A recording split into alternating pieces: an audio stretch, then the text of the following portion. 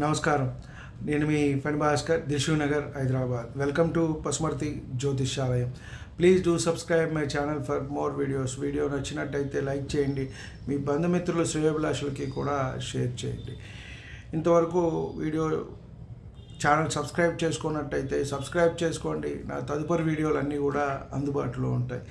మనము జ్యోతిష్య విజ్ఞాన కార్యక్రమంలో భాగంగా అనేక అంశాలని తెలుసుకుంటూ ముందుకు వెళ్ళే ప్రయత్నం చేస్తున్నాం. వాటిలో భాగంగానే ఎన్ని అంశాలని మనం తెలుసుకున్నా, ఎన్ని విషయాల్ని మనం తెలుసుకున్న అధ్యయనం చేయటానికి ఎక్కడ అధ్యయనం చేయాలి, ప్రత్యేకించి రాశి చక్రంలో ఏ భావంలో చూడాలి అనే అంశాన్ని తెలుసుకోవాలి. అలాగే నవాంశ పరిశీలన అనేది తెలుసుకోవాలి. అలాగే షోడశ వర్గ చక్రాలు ఉండటం మనకి తెలిసిన విషయమే. కాబట్టి ఏ వర్గ చక్రంలో ఎటువంటి అంశాలని మనం పరిశీలన చేయాలి, వాటి వల్ల మనకి ఏ ఏ అంశాలు తెలుస్తాయి అనే విషయాన్ని తెలుసుకున్నట్టయితే వాటి నుంచి మనం ముందుకు వెళ్ళే ప్రయత్నం చేయొచ్చు. అలాంటిదే మనము గత వీడియోలో D10 వృత్తి ఉద్యోగ వ్యాపారాలు గురించి తెలుసుకున్నాం. వ్యక్తి ఏ ఉద్యోగం చేస్తాడు, ఏ వ్యాపారం, ఏ పని చేస్తాడు, ఇలా అంశాలన్నిటినీ కూడా అక్కడ తెలుసుకోవచ్చు. అలాగే ఈ వర్గ చక్రంలో వచ్చేటప్పటికి ద్వాదశాంశ గురించి తెలుసుకునే ప్రయత్నం చేద్దాం. ఈ వీడియోలో ద్వాదశాంశ వర్గచక్రం, ముఖ్యంగా D12, వీటిలో మనం ఏ ఏ అంశాలని తెలుసుకోవచ్చు అని.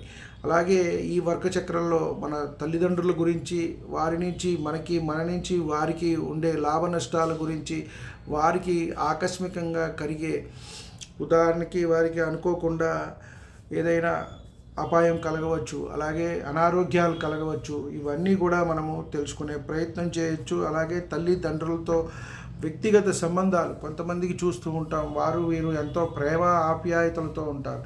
కొంతమంది చూసినట్టయితే ఉప్పు నీరుగా ఉంటారు, ఉప్పు నిప్పుగా ఉంటారు. మనం చూసినట్టయితే తల్లి పిల్లలకి పడదు, అలాగే తండ్రి కొడుకులకి పడదు. వారి వల్ల వీరికి ఏదో ఇబ్బంది జరిగిందని, ఇవ్వలేదని, ఇట్లా రోజు కూడా అంటే కత్తులు ఇస్తే పొడి చేసుకుంటారు, కొట్టుకుంటారు కర్రలు ఇస్తే. అంత విధిగా కూడా ఉండే అవకాశం ఉంటుంది. కాబట్టి మన వంశ వృక్షం గురించి మనం తెలుసుకునే అవకాశం ఉంటుంది. గత జన్మ స్మృతులు, అలాగే వచ్చే జన్మ గురించి కూడా ఇక్కడ తెలుసుకునే విషయాలు కూడా మనకి తెలుస్తూ ఉంటాయి. రాశి చక్రంలో పంచమ స్థానాన్ని మనం పరిశీలించాం. ఎందుకంటే పంచమం మనం లగ్నము, పూర్వజన్మ పుణ్యం, భాగ్యము, అక్కడి నుంచి పూర్వపుణ్యం, వచ్చే జన్మ అంటే 5 పంచమం. ఇక్కడ రివర్స్ తీసుకోవాలి. ఇక్కడ 5, 9, 1, 5, 9 కాబట్టి 1 నుంచి 9 పూర్వపుణ్యము, అక్కడి నుంచి 5 వచ్చే జన్మ గురించి మనకి తెలుస్తూ ఉంటుంది రాశి చక్రంలో. అలాగే ఇక్కడ ద్వాదశాంశ వర్గ చక్రంలో కూడా ఇవన్నీ కూడా తెలుస్తూ ఉంటాయి. తల్లిదండ్రులతో వీరికి సత్సంబంధాలు ఎలా ఉంటాయి, అలాగే తల్లిదండ్రుల విషయాలు, వారి కష్టాలు, అలాగే గత జన్మ, వచ్చే జన్మ గురించి కూడా, అలాగే తల్లిదండ్రుల మరణాల గురించి కూడా ఇక్కడ మనము తెలుసుకోవచ్చు. అలాగే ఆ కారకత్వాలు, వంశవృక్షాన్ని గురించి కూడా ఇక్కడ మనము తెలుసుకునే ప్రయత్నం చేయొచ్చు.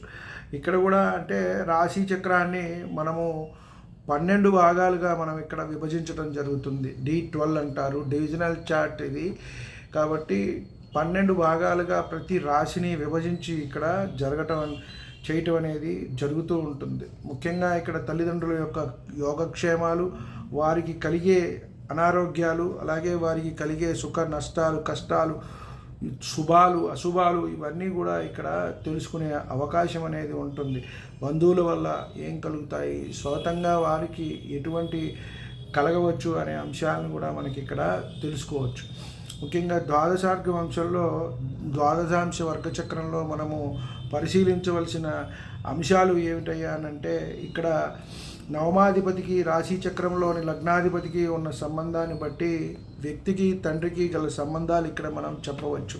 అంటే అమ్మాయి లేదా అబ్బాయికి తండ్రి పట్ల ఎలాంటి సత్సంబంధాలు కలుగుతాయి, మంచి సంబంధాలు ఉన్నాయా లేదా అనేది ఇక్కడ ద్వాదశాంశ వర్గ చక్రంలోని నవమాధిపతికి, రాశి చక్రంలోని లగ్నాధిపతికి కనెక్షన్ వచ్చినప్పుడు మనకి ఇక్కడ తెలుస్తుంది. నవమం అనేది తండ్రి గురించి మనకి చెప్తుంది, చతుర్థం అనేది తల్లి గురించి చెప్తుంది. కాబట్టి ఈ అంశాలను ఇక్కడ మనం తెలుసుకోవచ్చు. అదేవిధంగా చతుర్థాధిపతికి, రాశి చక్రంలోని లగ్నాధిపతికి గల సంబంధాన్ని బట్టి తల్లితో ఉండే సత్సంబంధాలు ఎలా ఉంటాయి అనే విషయాల్ని మనము తెలుసుకునే ప్రయత్నం చేయొచ్చు.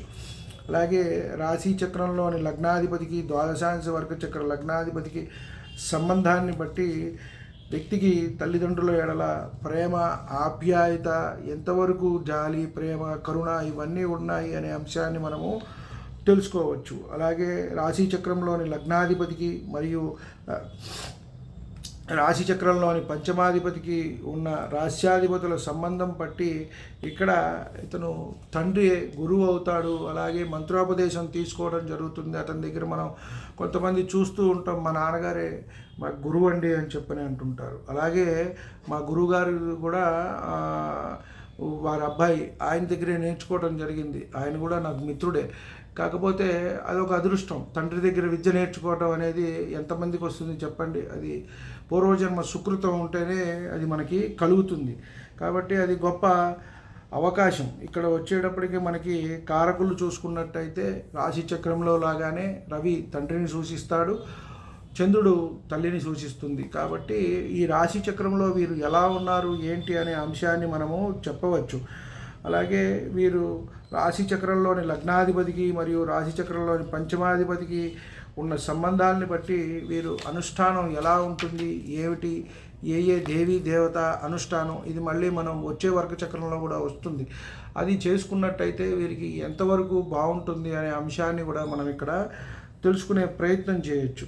అలాగే ద్వాదశాంశ వర్గ చక్రంలోని ద్వితీయ, సప్తమ, అష్టమాధిపతుల దశాంతర దశల్లో తల్లిదండ్రులకు శస్త్రచికిత్స జరగవచ్చు అని చెప్పని ఇక్కడ మనం చెప్పవచ్చు. రాహు ద్వాదశాంశ వర్గ చక్రంలో నవమ స్థానం లేదా చతుర్థ స్థానంపై సంచరిస్తున్నప్పుడు వారిద్దరికీ కూడా కొంచెం అపాయం కలుగుతుంది, మరణం కలిగే అవకాశం ఉంటుంది అని చెప్పవచ్చు. రాహు ముఖ్యంగా మనకి పూర్వజన్మ పాపపుణ్య ఫలితాలని జన్మలో అనుభవింపజేస్తారు. కాబట్టి నవమంలో వస్తున్నప్పుడు సంచరించేటప్పుడు తండ్రికి, చతుర్థంలో తల్లికి కూడా మరణతుల్య కష్టాలు వస్తాయి అని చెప్పని మనకి ఇక్కడ చెప్పడం జరుగుతుంది. కాబట్టి ఈ అంశాలన్నిటినీ కూడా మనము 1-2 సార్లు మనము పరిశీలించవలసి ఉంటుంది. ఏ అంశాలని మనము ఎక్కడెక్కడ పరిశీలించాలి అనే విషయాన్ని మనకి తెలిసినట్టయితే కొంత మనకి ఇది ఉంటుంది అని. అలాగే స్థిరకారకులు మనం తీసుకున్నట్టయితే బలమైన రవి లేదా శుక్రుడు తండ్రిని సూచిస్తాడు అని చెప్పవచ్చు. అలాగే బలమైన చంద్రుడు లేదా కుజుడు తల్లిని, గురువు తండ్రి యొక్క తండ్రిని, తల్లి యొక్క తల్లిని, రాహువు తల్లి యొక్క తండ్రిని మరియు తండ్రి యొక్క తల్లిని, బుధుడు మేనమామను సూచిస్తాయి అని మనకి రాశి చక్రంలో కూడా ఇవే కారకత్వాలు ఉంటాయి. ఇంచుమించుగా మనకి ఇవే ఉంటాయి అని మనం చెప్పవచ్చు. రాశి చక్ర లగ్నాధిపతి ద్వాదశాంశ లగ్నాధిపతులు 6, 8, 12 యాక్సెస్లో ఉండరాదు అని చెప్పారు. అంటే రాశి చక్రంలో లగ్నాధిపతి, ఇక్కడ ద్వాదశాంశంలో లగ్నాధిపతి షష్ఠ, అష్టమం, వ్యయం ఇవి కాకూడదు అన్నారు. ఇవి మంచిది కాదు మనకి ఎక్కడైనా సరే అని చెప్పని మనం చెప్పవచ్చు. ద్వాదశాంశ వర్గ చక్రంలోని షష్ఠాధిపతి మరియు అష్టమాధిపతి దశ అంతర్దశల్లో తల్లిదండ్రులకు కర్మ చేసే అవకాశం ఉంటుంది అని మనం చెప్పవచ్చు. మనము గోచారవశాత్తు చూస్తూ ఉంటాము. అష్టమ శని, ఏలినాటి శని ఇవి జరిగేటప్పుడు కూడా మనము చెప్తూ ఉంటాం కొన్నిసార్లు. అలాగే మనము మరికొంత లోతైన పరిశీలన చేయవలను అని అంటే తల్లిదండ్రుల గురించి మనము ఈ ద్వాదశాంశ వర్గచక్రం అనేది పరిశీలించవలసి ఉంటుంది, D12 అనేది. అలాగే కొన్ని దశలు ఉన్నాయి మనకి.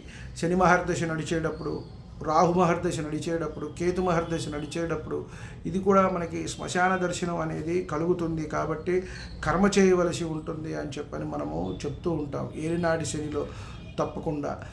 అలాగే అర్ధాష్టమ శనిలో కూడా జరుగుతుంది. ముఖ్యంగా మనకి ఇక్కడ టెస్ట్ చెప్పింది ఏంటయ్యా అంటే ద్వాదశాంశ వర్గ చక్రంలో షష్ఠాధిపతి, అష్టమాధిపతి ఈ దశల్లో అంతర్దశల్లో కూడా మనకి కర్మ చేసే అవకాశం ఉంటుంది తల్లిదండ్రులకి అని చెప్పని అన్నారు. కొంతమంది వస్తూ ఉంటారు మన దగ్గరికి. నేను మా గురువుగారి దగ్గర ఉన్నప్పుడు వాళ్ళ నాన్నగారికి ఒంట్లో బాగాలేదండి అంటే జపదానాలు, హోమాలు చేయటానికి ఏదో వాళ్ళు రెడీ చేసుకుంటూ ఉన్నారు. అలాంటి సమయంలోనే 2 రోజులు అయింది, ఆయన మళ్ళీ కాలం చేశారన్నారు. నేను తర్వాత వెళ్తే ఆయన చూడటానికి వెళ్ళాను మా గురువుగారు. ఇలాగే ఆ సమయం ముంచుకొస్తూ ఉంటుంది. సేమ్ ఇలాగే మా అమ్మగారిది కూడా ఒకసారి ఇలా జరగటం జరిగింది. ఇవి కొన్ని మనకి ఇవన్నీ కూడా మనం మ్యాచ్ చేసుకుంటూ ముందుకు వెళ్ళినప్పుడు ఏలినాటి శనిలో మనం ఆ కర్మ చేసే అవకాశం అనేది ఉంటుంది.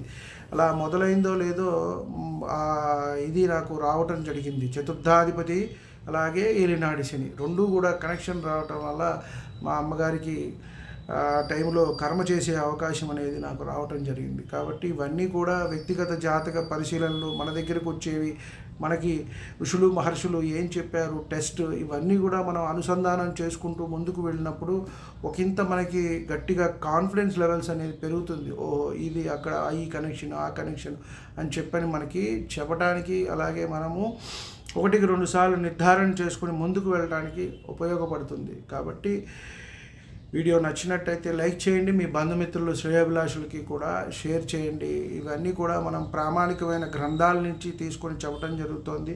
అలాగే ఎంఏ జ్యోతిష్యం పొట్టి శ్రీరాములు యూనివర్సిటీలో చేయటము, అక్కడ మనకి ఉన్న ఏదైతే బుక్స్ నుంచి మనకు ఉన్నాయో అక్కడి నుంచి ప్రాథమికంగా తీసుకోవటం, అలాగే ఉస్మానియా యూనివర్సిటీలో కూడా దీనికి సంబంధించి ఎవరైనా చేయాలనుకునే వారికి కూడా ఇది ఉపయోగపడుతుంది. జ్యోతిష్యంలో విద్యలు చేయడానికి ఉపయోగపడుతుంది. అక్కడ 1 year PG diploma, 1 year diploma కోర్సులు ఉన్నాయి. అక్కడ కూడా మంచి మెటీరియల్ ఉంది, అది కూడా ఉపయోగపడుతుంది. అక్కడి నుంచే మనం తీసుకొని చాలా వరకు వ్యూస్ రాకపోయినా, సబ్స్క్రైబర్లు తక్కువగా ఉన్నా కూడా మనం టెస్టే చెప్పాలి, జ్యోతిష్యమే మనము ఏదైతే ఉందో అదే మనం చెప్పాలి. ఏదో నోటికొచ్చింది ఏదో చెప్పేసేసి అక్కర్లేనివి పనికిరాని థంబ్నెయిల్స్ ఏవో పెట్టేసుకుని మనం ఏదో 1కి 10 రూపాయలు సంపాదించుకోవాలి కాదండి. మనం ఏంటంటే జ్యోతిష్యము ఏది మహర్షులు ఋషులు మనకి చెప్పారో, ఏది శాస్త్ర ప్రామాణికమో అదే మనం ఇవ్వటం జరుగుతుంది. గత 4 సంవత్సరాలుగా కూడా 5 సంవత్సరాలుగా కూడా మనము ప్రాక్టీస్ చేసిన, యూట్యూబ్లో మనం చెప్తున్నా, ఆన్లైన్ కన్సల్టేషన్ చేస్తున్నా కూడా అలాగే ముందుకు వెళ్తున్నాము. ఆ గాయత్రి అమ్మవారి దయ వల్ల, మా గురువు గారి దయ వల్ల, అలాగే మా తల్లిదండ్రుల దయ వల్ల ఇంతవరకు అలా సాగుతుంది. ఇలాగే సాగాలని కోరుకుంటూ సర్వే జనా సుఖినో భవంతు. శాంతి శాంతి శాంతి.